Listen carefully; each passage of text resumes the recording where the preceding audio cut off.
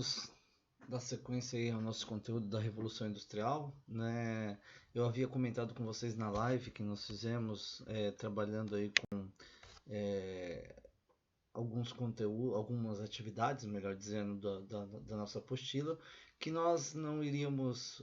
Eu encerrei, né, nessa página 20 aí, não quis fazer mais com vocês porque nosso tempo estava esgotando, e que eu começaria a aula de hoje trabalhando essa atividade aí do interpretando documentos que se encontra aí na página 20 de vocês da apostila, tá certo? Então a gente vai começar exatamente aí por essa página 20, lá, o interpretando documentos, tá?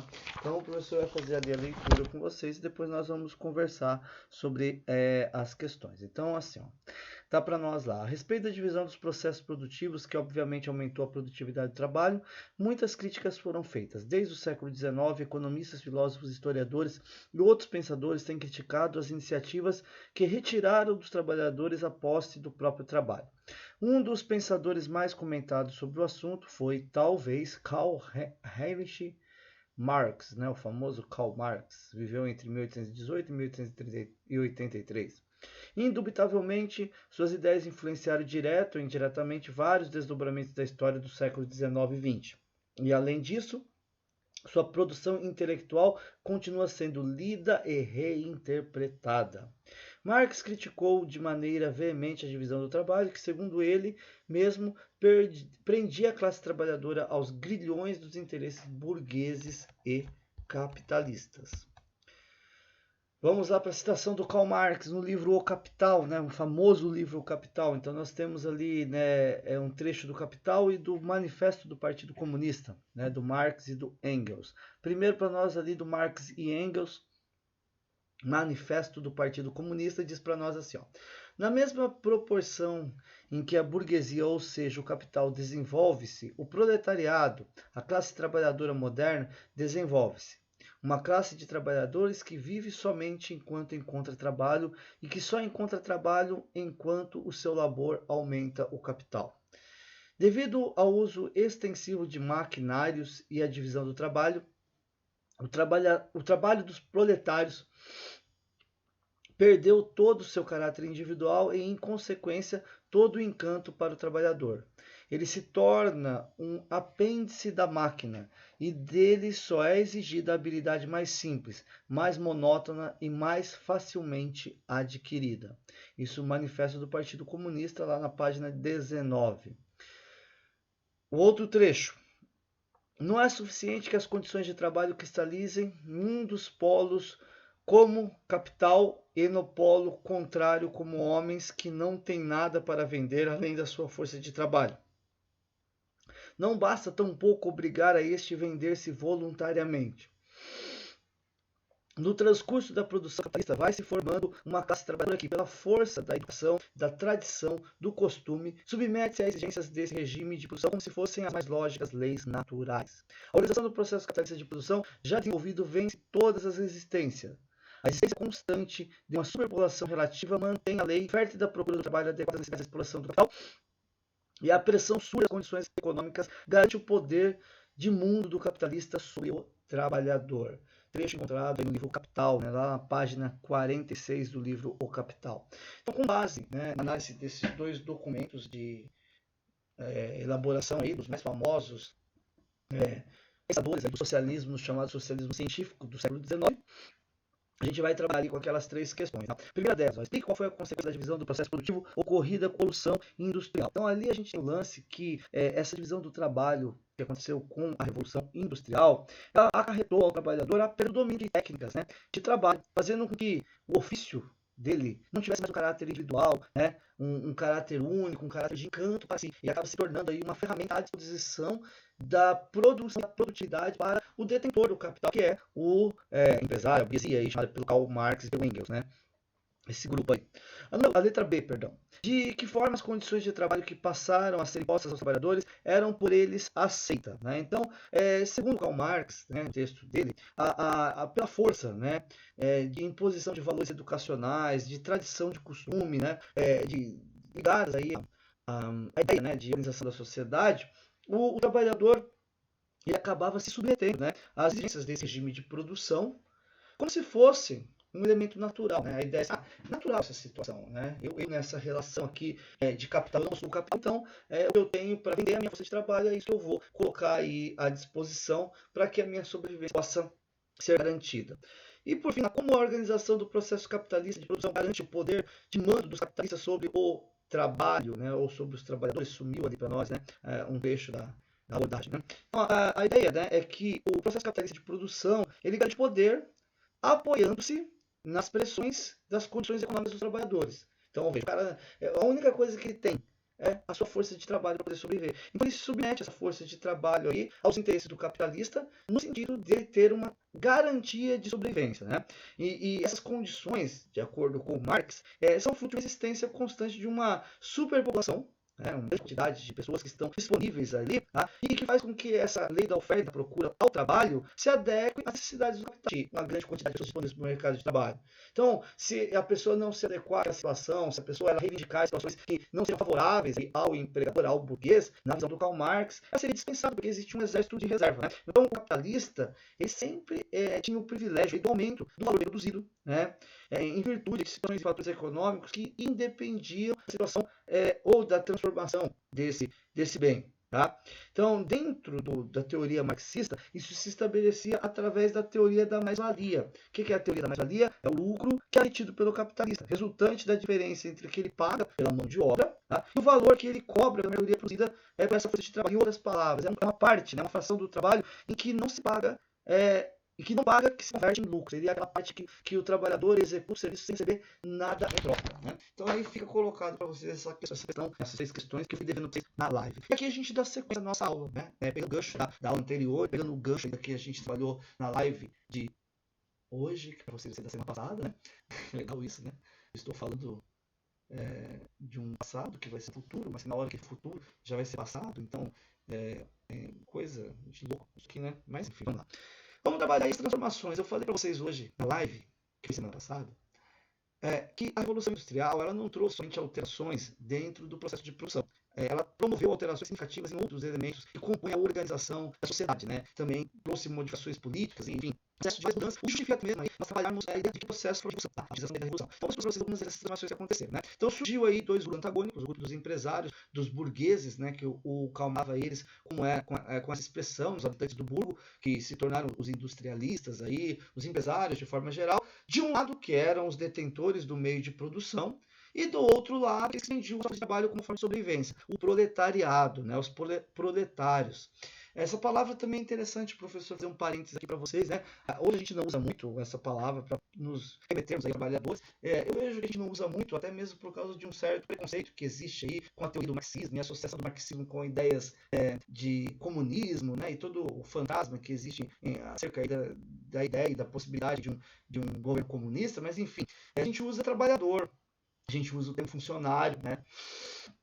A gente acaba não usando o termo proletário. Mas quando Marx usou o termo proletário, ele está se referindo ao quê? O que é proletariado? O que é o proletário? O trabalhador. A palavra, né, seria uma menção à família numerosa. Né? Os trabalhadores eles tinham uma família muito numerosa. E se a gente comparar essa questão de densidade demográfica desses dois grupos, aí nós vamos perceber que enquanto os trabalhadores eles tinham uma família numerosa, né, vários filhos, né, quanto mais tivesse ali, é melhor, porque era mais mão de obra disponível para ser vendida para o mercado de trabalho. Os empresários, os burgueses, né, os industriais, eles, ao contrário, eles tiveram a tendência ao controle demográfico. Né? O número de filhos, né, de um burguês industrial e de um empresário era bem menor se comparar com os trabalhadores. Isso por quê? Porque se para o trabalhador o filho representava uma opção para o mercado, uma opção de renda, porque ele ia trabalhar desde a mais tenra infância, ele já ia ser utilizado como mão de obra dentro do chão da indústria. Né? A gente destacar que naquela época a legislação trabalhista ela não existia, ela se desenvolveu com o passar do tempo. Para o empresário isso significava, né, um número muito grande de filhos, uma fragmentação do capital. E quanto mais o capital fosse fragmentado numa possível divisão aí, de herança, ele se tornaria frágil. Né? A burguesia tornaria frágil. Esse grupo eles evitavam essa situação, certo?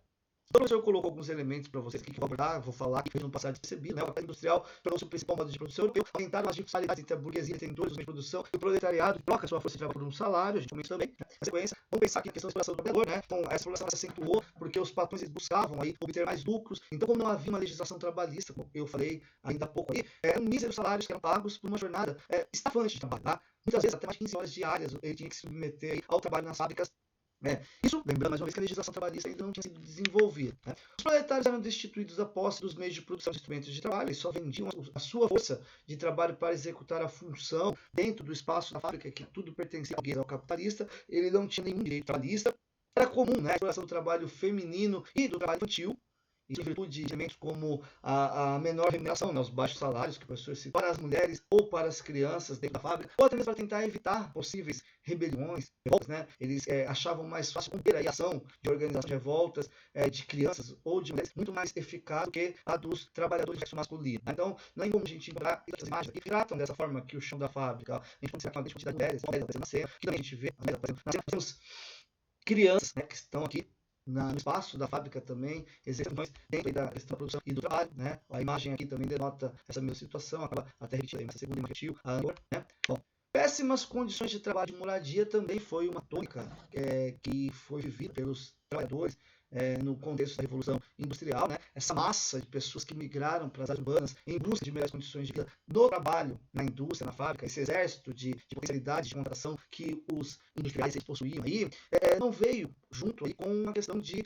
criação de uma infraestrutura mínima que pudesse atender a essa demanda, a esse fluxo. Tá? Então, não tinha segurança, higiene, instalações adequadas dentro do espaço de trabalho. Então, havia uma insalubridade muito grande, né? Essa, sei lá, mais técnica a gente está utilizando em relação a essa questão. Tá? O operário também estava desguarnecido dentro das suas ações de uma condição boa de vida quando ele estivesse fora do espaço da fábrica, né? Eles moravam muitas vezes na área industrial, que ela possuía pouca infraestrutura, algumas vezes nas áreas periféricas que não possuíam infraestrutura nenhuma, que se refere, por exemplo, à questão de saneamento básico, né? As moradias coletivas eram muito próximas àquilo que nós chamamos na atualidade de cursos, né? Aqui o panorama para a gente observar mais ou menos essa situação de miséria, né, e de degradação da vida, da moradia que os trabalhadores da Revolução Industrial iniciaram, né? Você imagina aí essa ideia, né, de um vilarejo pela operária, né, com baixas condições de infraestrutura.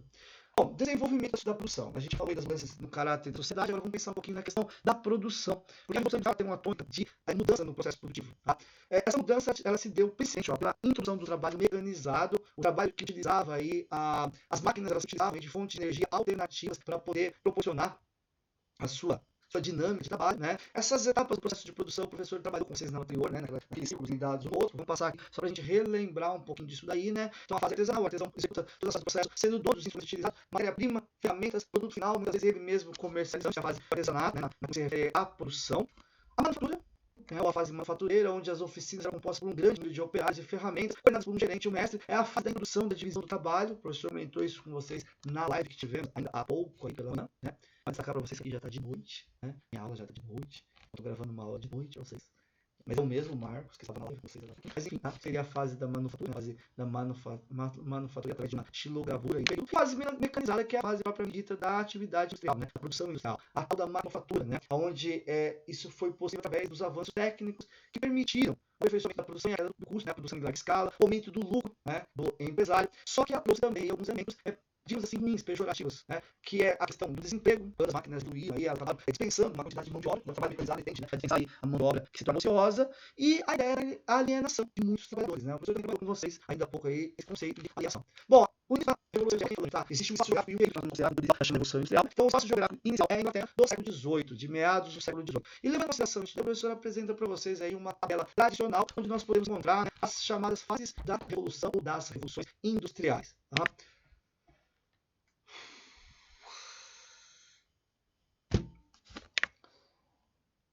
Quais seriam essas fases? Vamos lá. Primeira Revolução Industrial aconteceu entre 1760 e 1860. Tem como espaço geográfico a Inglaterra, a França e a Bélgica. Tem como matéria-prima e fonte de energia principal utilizada, né? Matéria-prima, o ferro, e fonte de energia, né?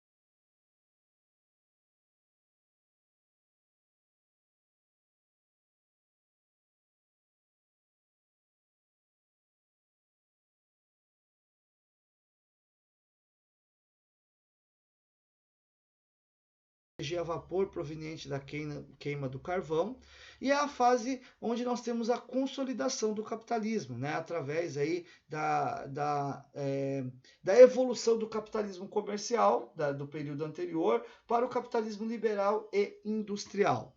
A segunda fase da Revolução Industrial, que aconteceu entre os anos de 1860 e da Revolução Industrial. Então, a matéria-prima é o aço, né, fonte de energia, os combustíveis fósseis, né?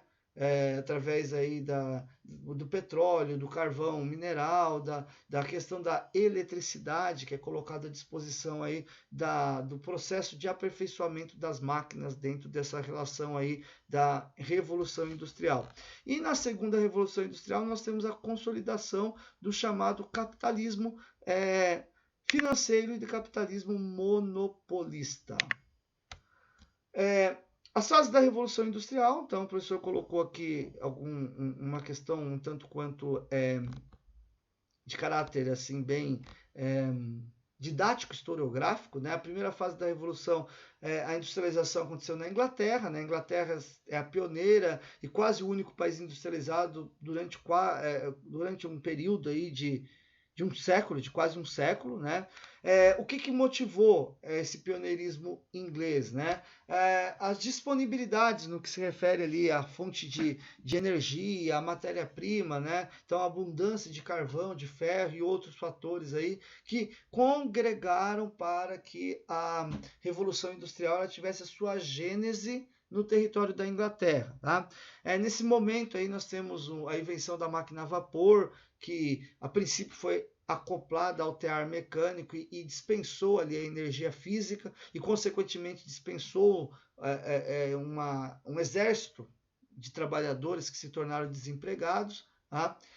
Posteriormente, né, essa máquina a vapor, vale a destacar isso daí, essa máquina a vapor que foi desenvolvida aí para poder atender a demanda da indústria, ela se transpôs posteriormente aí para o aperfeiçoamento do sistema de transporte, né? Basta a gente pensar ali na locomotiva, né? A famosa Maria Fumaça, ou dos barcos movidos aí a vapor, a queima de combustível fóssil. Tá? Isso aqui o Wallace poderia falar melhor para vocês, mas é um conjunto de pistões de um motor, né? Que vai gerar, através da queima ali do combustível, ele gera ali uma explosão que se converte em energia e daí faz com que as engrenagens elas funcionem, sejam de uma máquina ou até mesmo de um veículo automotivo. Tá? Bom, a industrialização inglesa, né, a segunda fase da industrialização, melhor dizendo, que é uma contraposição à industrialização inglesa. Então, o professor já apresentou para vocês, há uma expansão da atividade industrial para outros países da Europa. Além da Europa, nós também temos os Estados Unidos na América e o Japão na Ásia, que vivenciam também esse momento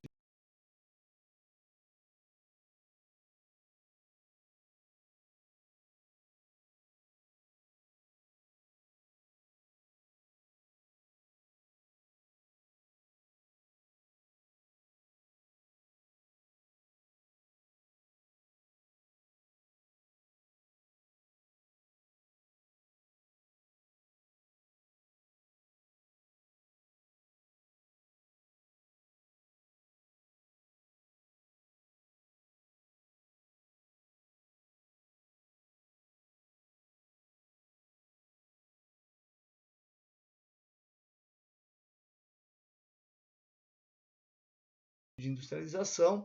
Destaque aí para o surgimento do motor a combustão, né? Pelo fundador aí da Mercedes-Benz, né? O da Daimler-Benz, um dos fundadores da Mercedes-Benz, né? Da indústria automotiva que nós conhecemos no mundo contemporâneo, né? Nesse mundo em que nós vivemos. Ó a transição também de matéria-prima, né? Utilização do aço. Ó a mudança na fonte de energia, não é mais o vapor agora, é elétrica e a proveniente da queima do combustível fóssil, que é o petróleo. Tá? existe aí a implantação do modelo Fordismo de produção, o professor trabalhou isso também com vocês na live, né? A produção em linha de montagem, onde o trabalhador ele se especializa somente em uma fase do processo produtivo. Tá? Mais umas imagenzinhas aí para a gente poder dar uma desbaratinadinha aqui a respeito disso daí. Ó, o Daimler-Benz, né? Com o primeiro veículo movido a gasolina, de 1886.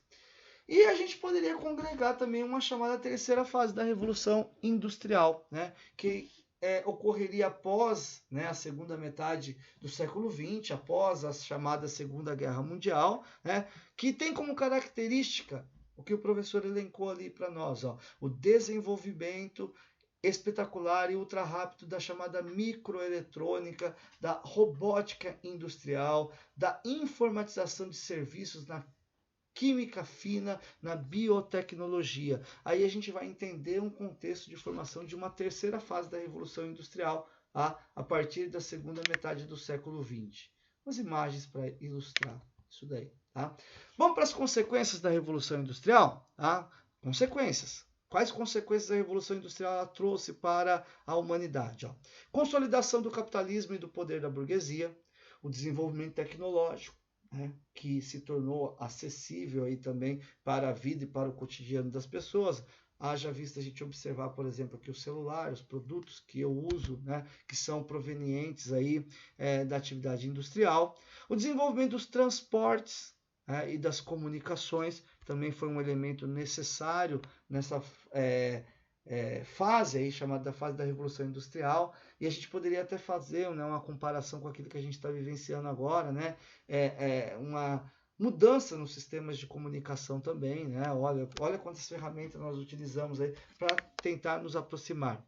A divisão do trabalho e a alienação a partir do modelo fordista, né, de implantação das linhas de montagem, a produção em série e a padronização dos gostos, né? Então a indústria ela foi apresentando diversos produtos, aquele que caiu no gosto da população acabou se tornando o produto aí, a ser produzido em larga escala. Desenvolvimento de transporte e comunicação, urbanização e crescimento populacional, o desemprego estrutural, todos esses são elementos aí, consequências da chamada Revolução Industrial, né? Aqui exemplo para nós, né, só do sistema de transporte, né, como que o vapor ele foi acoplado aí aos meios de transporte, né, o barquinho a vapor, um trenzinho aqui, Maria Fumaça também, a vapor, né, o motor movido aí a energia proveniente, né, da queima do carvão e tal, que seria aí o vapor, tá? Primeiramente ele esteve colocado a serviço da produção na indústria. Posteriormente ele foi transposto aí para outros ramos, como por exemplo o sistema de transporte. Tá? O professor também colocou para vocês o aumento da produtividade e, consequentemente, a redução dos preços, o esgotamento dos recursos naturais, né? É o período onde a gente vai começar, né, a gênese do desmatamento, né, da emissão de gases poluentes no ar, enfim. Um processo de urbanização intenso, a formação de um grupo novo, né, o proletariado urbano, os operários, surgimento do chamado capitalismo financeiro, onde os bancos eles controlam por meio da ação, né, por meio de compra de ações, a situação relacionada aí com a dinâmica da economia dos demais países ou dos países afins. Tá? Imagem da poluição aqui para nós. Encerramos aqui na imagem da poluição hoje. Nosso tempo já está se exaurindo. Tá? A gente avançou consideravelmente na aula de hoje. Para a gente finalizar, ó, o professor queria apresentar para vocês um elementozinho aqui. Ó. Já vai desaparecer seu PowerPoint. Vamos lá? Desapareça aí da tela. Né? E eu vou colocar para vocês aqui um meme que eu encontrei ainda há pouco na página, né, do Instagram, onde a senhorinha ali ela está se esforçando bastante para ela ler os direitos dos trabalhadores na Revolução Industrial. Que direitos, né? Será que como que eram os direitos que eles tinham? É uma boa pergunta aqui, né? Vou deixar essa pergunta para vocês. Vamos tentar discutir isso daí na live de quarta-feira, ó. Vamos tentar discutir na live de quarta-feira aí os direitos que os trabalhadores eles tinham na Revolução Industrial, esses direitos, tanto que a nossa senhorinha aqui do meme, ela está se esforçando ali, né, em olhar quais seriam esses direitos, né? Fica aqui o desafio para vocês aí fazerem uma pesquisa, algumas anotações e comentarem com o professor na nossa próxima live de quarta-feira, tá? Muito obrigado. Tá? O professor ficou muito feliz hoje com a nossa live, ela rodou legal, muito feliz com a participação de vocês, tá bom? E por hora, né? Só gratidão mesmo e a gente se encontra aí em breve para mais um capítulo aí, o capítulo final, vamos dizer assim, da Revolução Industrial. Um abraço, fiquem com Deus. Parti.